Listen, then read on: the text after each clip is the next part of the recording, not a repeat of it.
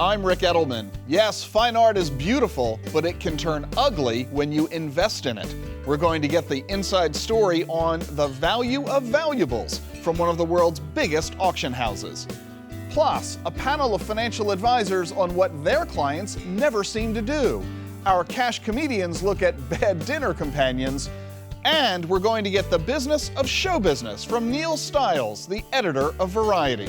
All this and more coming up on this week's edition of The Truth About Money.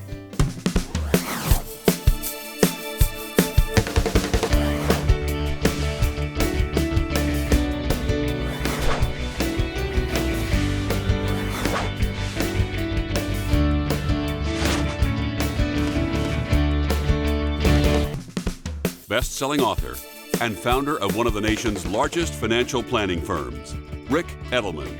Stocks and bonds are one thing, but what about fine art and collectibles as investments? We sent the producer of my weekly radio show, Rick Fowler, to one of the world's biggest auction houses, Bonham's in San Francisco, to check out the bottom line behind all those beautiful things. We are at Bonham's in San Francisco, one of the world's premier auction houses. We've seen an amazing range of some of the world's beautiful artifacts. Everything from 1951 Bentley to firearms to beautiful oils.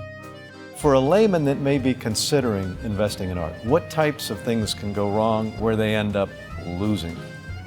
I think there are a lot more ways for things to go wrong than there are ways for things to go right. What makes a painting valuable?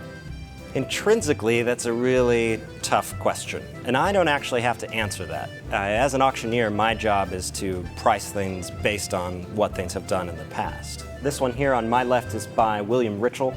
This is what he's known for, coastal landscapes, and this one's valued at $80,000 to $120,000. And a picture by Granville Redmond.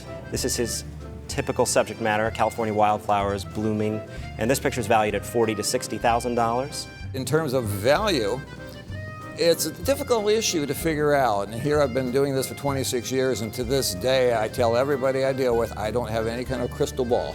If I did, I'd be making serious money doing something else, I expect, but this is a fabulously finely woven Panamint from the Death Valley area. I would have thought maybe $8,000 to $12,000 for this in perfect condition. Somehow, for some reason that I can't fathom, someone has gone and they painted the entire exterior. So what does that do to a basket's value? Now, as is, perhaps $1,000 to $1,500. I really don't think you should be really buying unless you have knowledge on it or you have somebody that can certainly help you. Basically what you have here, you have a Louis XV style writing desk. What makes this desk extremely rare is the quality of the gilt bronze. The estimate on this desk was originally $30,000 low, $50,000 high, and the desk sold for $75,000. This is an Anasazi vessel. Anasazi being the ancient peoples of the Southwest, and I'm suggesting $4,000 to $6,000. Again, this is about 1,200 years old. Now here's the kicker in my mind. This piece is done by a gentleman, well, he actually was in a motorcycle accident and stopped producing. I expect that piece to go between $30,000 and even $50,000. I'm pretty good after all these years, but you know, we're not pricing a pound of hamburger. We're looking at something that is based on many vagaries of current trends, fashion, collectability, and then all the issues that determine value. I think you better love it if you're going to buy it. But you can't count on just picking something up and then immediately in 10 years it's going to be worth twice as much money. The art market just doesn't work that way. Rick, thanks for joining us. It's great to be here. So he opens by saying a whole lot more can go wrong than right. Everybody else is basically saying, I have no idea what this stuff is worth. I wouldn't want to do this on my own without a lot of help. Don't expect prices to rise for at least 10 years and don't even be sure it'll be worth more than that by then.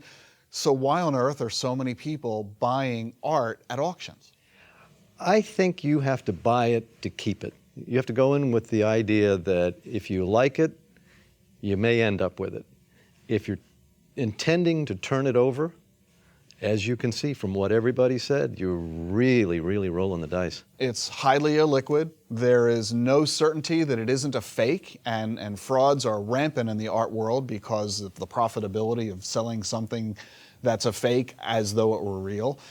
You have no idea if you're ever going to be able to find a buyer in the future. And there's the thing that's called the winner's curse at auctions, that the guy who wins the auction is actually cursed because he's willing to pay a price that no one else in the world was willing to pay. So did he really win at the auction, or was he cursed because he paid more than anyone else would? For all these reasons, I think you've said it best. Art is something you buy because you love it, not because you think you're going to be able to sell it real quick and make a quick buck. Plan to keep it. Plan to keep it. Rick, thanks so much. Sure. If you plan to move, what should you do first? Buy a new house before you sell your current house? Turn your current house into a rental property? Sell your current house before you buy your new house? Or do you think it simply doesn't matter which you do first? We'll be back with the answer later in the show. At a recent conference, investment advisors were asked just one question. What is the one thing clients never do? They never get overly excited and send you love notes whenever the market goes really up and they make a lot of money, or they don't lose a lot. Understand that financial success depends upon their hard work as well as our hard work. Live within their means. Clients have a tendency not to pay attention to where they're spending money until after the fact, and then they have regrets. Since clients never save enough, because you can always save more, you can always reach for a bigger goal by saving more. So, what should be your first move when you plan to sell your current home? A wise person would make sure they sold their current home before they bought a new one.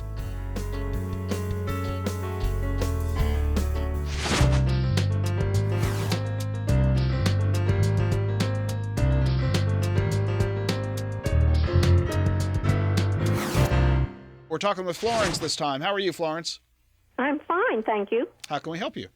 Well, my husband and I paid off our granddaughter's student loans, and we paid them directly to the loan companies. And I'm wondering if we made a wrong decision in order to qualify as a gift for her, with the IRS. Whether we should have paid it directly. Yeah, I know that if you pay the institution directly, then there is no gift tax limit. You can give an unlimited amount of money when paying the institution directly. That applies not only to education, but also healthcare costs. But paying the student lender, does that fall under the same rule? There's something in my head that's saying no. I'm thinking the same thing. Florence, what was the amount of the debt that you paid off? There were two different companies involved, about $18,000 altogether. Oh, that's no problem. Yeah, it's not a problem. Yeah, so you're fine. And here's the reason you're fine. You're allowed to give your granddaughter $13,000 in any 1 year, tax-free. Your husband can do the same. That's a total of $26,000. Mm-hmm. So if you paid off the credit, so that is not a problem that we paid it directly to the loan company. Correct. It's not to the Department of Education, the Fed loan servicing. It's not a problem. It doesn't make any difference. Don't worry about it. Okay. Will we have to fill out a Form 709 because both my husband and I are splitting this? No.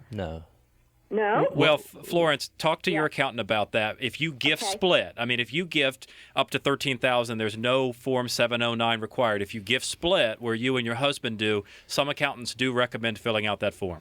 But the good news is no taxes. No taxes will be due. Yeah. Well, that's good news, and thank you so much. You're very welcome. But we have to take Florence to task a little bit here. Yeah. Because she did that classic, I went and did this, should I have? Okay.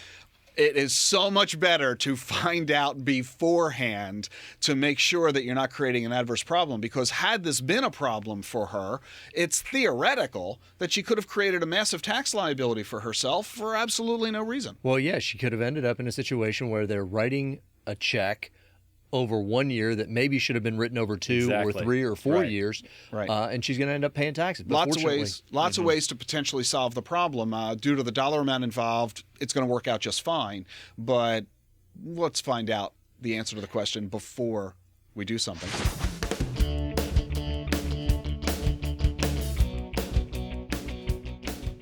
Do we have couples here? Couples, club, relationships, couples. Do you ever fight? Do you two fight about money and stuff?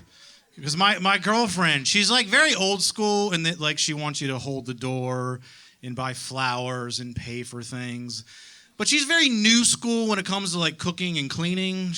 This other day though, she surprised me. She calls me and says, "Look, babe, I'm taking you out tonight. It's date night. It's on me, my treat. I'm driving." I'm like, "Yes, sign me up, okay?" I get in the car. We drive to the restaurant. She goes, "I got to stop get gas." I say, "No problem." We stop at the gas station. She says, "Can you fill it up for me?" I said, "You want me to like actually pump the gas?" "Of course, I'm a gentleman." She goes, "No, can you pay for the gas? Premium." I'm like, this is the worst free date ever. Like, yeah, it's $60. I'm losing here, okay?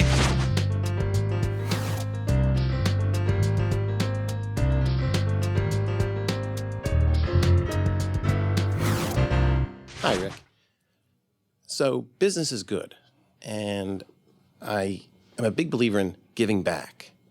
And I would like your thoughts on when to start a foundation, how to start a foundation, and what kind of foundation to have.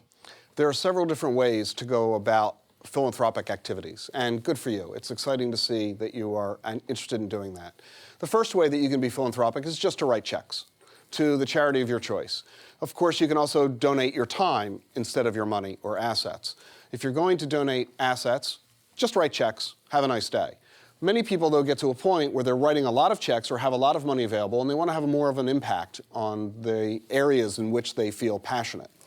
And it becomes time to start a nonprofit organization. There are two kinds, basically, of nonprofits. One is the nonprofit charity itself. This is the charity that's going to be engaging in that activity, meaning delivering services to those who need them. The other is a foundation, which is simply an organization that gives the money to the charities and other nonprofit groups.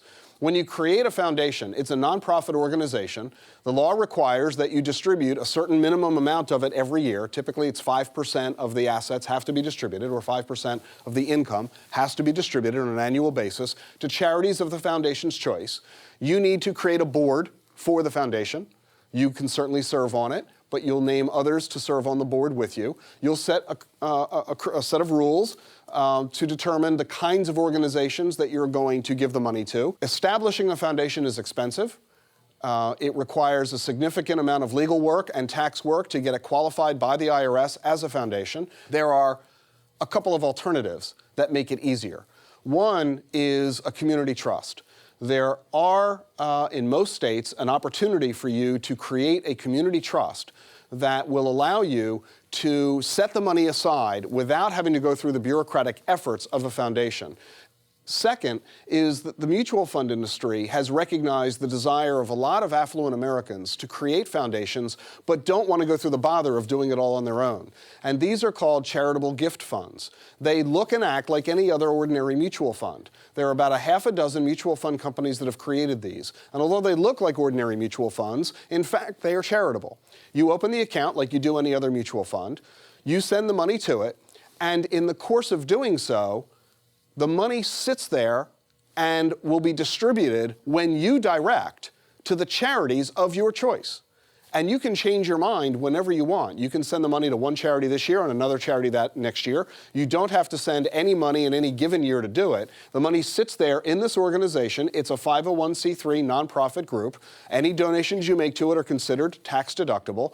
And the mutual fund company does all the administrative burden and all the administrative work. It's all pre-approved by the IRS. Very simple, very easy, virtually free. The only thing you're going to be paying for are the mutual fund's expenses, which you'd be paying for anyway. So a number of mutual funds offer that opportunity specifically for people who want to give maybe 5 or 6 figures away or low 7 figures, but don't want to get into the burden of formally establishing a full foundation. Thank you.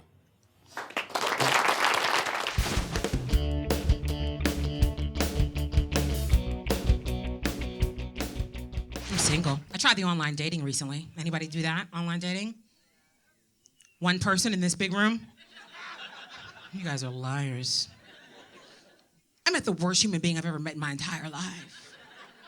And I paid $120 to do it. I was like, I'm pretty sure I could have met this guy at the liquor store for free. I didn't need to put it on my MasterCard. It was the worst date ever, man.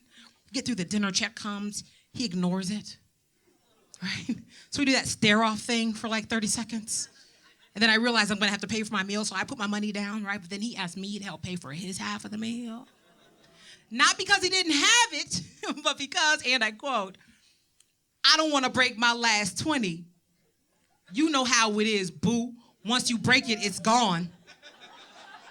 I'm not making that up. Now, at this point in the date, I'm just gonna be honest, I was conflicted. I know that sounds odd, it was a terrible date, right? And the part of me that was just a girl on a terrible date was like, cut, run, jump in the first cab that comes down this street. But the other part of me, as a professional stand-up comedian, was like, see if you can stick this out. It might be a good story to tell on PBS one day.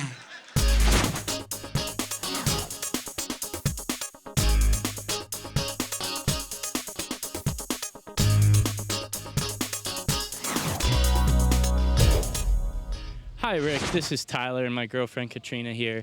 I'm looking at possibly getting rid of my rental properties right now, and there's just a lot of hassle, a lot of people calling me at wee hours of the morning. What would you recommend as far as whether I should stay with the rental property or I should maybe go out of the rental investment? Boats and rental properties. There's an old joke that goes along with both of them. The best day is the day you buy it and the day you sell it. And everything in between is pretty bad. And what you're discovering in the world of rental real estate is that you never made an investment in that real estate. You get engaged in the business of real estate. And that makes all the difference. As you've discovered, you're getting phone calls from tenants in the middle of the night because something's wrong with the property. A tenant moves out and you've got to recarpet, repaint the whole place. You spend months trying to find a new tenant. You discover that your current tenant isn't paying you rent at all and you're having trouble evicting them. Indeed, owning investment real estate is a business. It is not a passive investment. I mean, after all, nobody's going to call you at 3 a.m. because something went wrong with your mutual fund. So since you hate the idea of owning rental real estate, you really don't like the idea of being a landlord, you're doing the right thing, making the right decision. Get out. I don't care if it's a profitable investment. There are lots of profitable investments out there. Real estate isn't the only one. From a lifestyle perspective, you're not happy with it. So get rid of the properties and get rid of them now. Which of these are reasons to get a big mortgage and never pay it off? Mortgages don't affect the value of your home. Mortgages don't stop you from building equity in your home. Or a mortgage is cheap money and has tax benefits that make it even cheaper. Think about it. We'll be right back with the answer.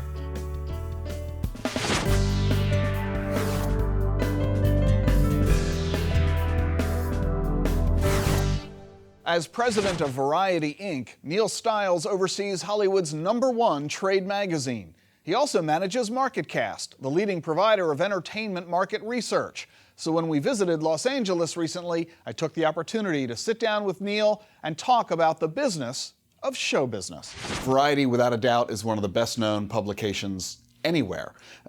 Is Variety, though, and the subject it covers, Hollywood, as relevant today as it was back in the 30s and 40s? You know, yeah, I think it is. It's interesting. I mean, who'd have thought that if you walk down the street and you stop 100 people, 80 of them could tell you what the box office was this weekend. The consumer has become more and more interested in the business of Hollywood. As you mentioned, American audiences are very much interested in the business side of Hollywood. And Hollywood itself is producing films that they're more likely to achieve a profit from. Sequels and remakes of older films and so on, where they have less risk to their investment. It's going to cost, for a big budget Hollywood picture, roughly how much to produce? It depends on who you are, but I mean, you can sensibly spend more than 100 million just on on the production of the movie, and then there's print and advertising on top of that. So how does Hollywood get a return on that investment? What are the sources of revenue? Obviously, ticket sales from the movie theaters, but it goes beyond that, doesn't it? Yeah, I mean, I think there's been various, again, we go through various traits. I mean, originally, at one time, it was entirely possible to produce a film very comfortably and make your return on the theatrical, which is the box office. And then DVD came along, and that became like a cash machine. You didn't really need to have to make that much money. The theatrical became a promotional tool, essentially, for the DVD sales. That's ebbed away. And now we've got kind of people streaming, downloading, things like Netflix. You've got first run theatrical, followed by still some DVD, followed by Netflix. Then you've got all the cable deals that you do, HBO, Showtime, and all the film companies. And then on top of that, film companies are much, much better at product placement now. You rarely see the simple product placement where someone puts a Coke in her hand, and I love Coke. Instead, everybody's driving an Audi. Everybody's driving an Audi. It's a much more complex process, and actually those companies would be a significant part of the production funding. So not just a kind of an adjunct. I mean, that would be a significant underwriting. A lot of folks would love to be an investor in Hollywood, to be one of those people who shows up on the night of the premiere and on the red carpet. And is investing in a Hollywood film, if you're given the opportunity, is that something you would recommend for most people? I don't know enough about it to make financial recommendations. I mean, it seems to me, as with all investments, buyer beware. I mean, I think the more you know, the better likelihood there is of a good outcome. And I think I see some investors get into passion projects, particularly in the independent sector, where they just have a burning passion for a particular project, or they just happen to be very close to someone who has a burning passion project. Sometimes it ends well, sometimes it doesn't. Usually, though. Variety reviews close to 1,500 films a year. We could review up to 2,100 full-length films a year. And there are only 151 wide-release films from MPA members distributed every year. So, I mean, you think about it, that's a lot of films never get distribution. So you're only talking about 5% are getting wide distribution? Well, wide distribution through an MPAA member, which is the big studios. And that's a key element to significant profitability. Yeah, it is. Neil, thanks so much. Thank you very much indeed. Thank you. Neil and I were talking about so much more than we could fit in on today's show, so a future episode will feature our discussion of the challenges facing the entertainment industry. Options like streaming media and do-it-yourself internet channels that are fundamentally changing the rules of the game. So, which of these are reasons for getting a big mortgage and not paying it off? The correct answer is all of them. Carrying a big, long mortgage is one of the smartest, safest financial planning strategies available. Before we go, a couple of thoughts on today's show. William Goldman, the legendary screenwriter whose hits include Butch Cassidy and the Sundance Kid, once said, "In Hollywood, nobody knows anything." It's true, otherwise Hollywood would never spend hundreds of millions of dollars producing movies that flop.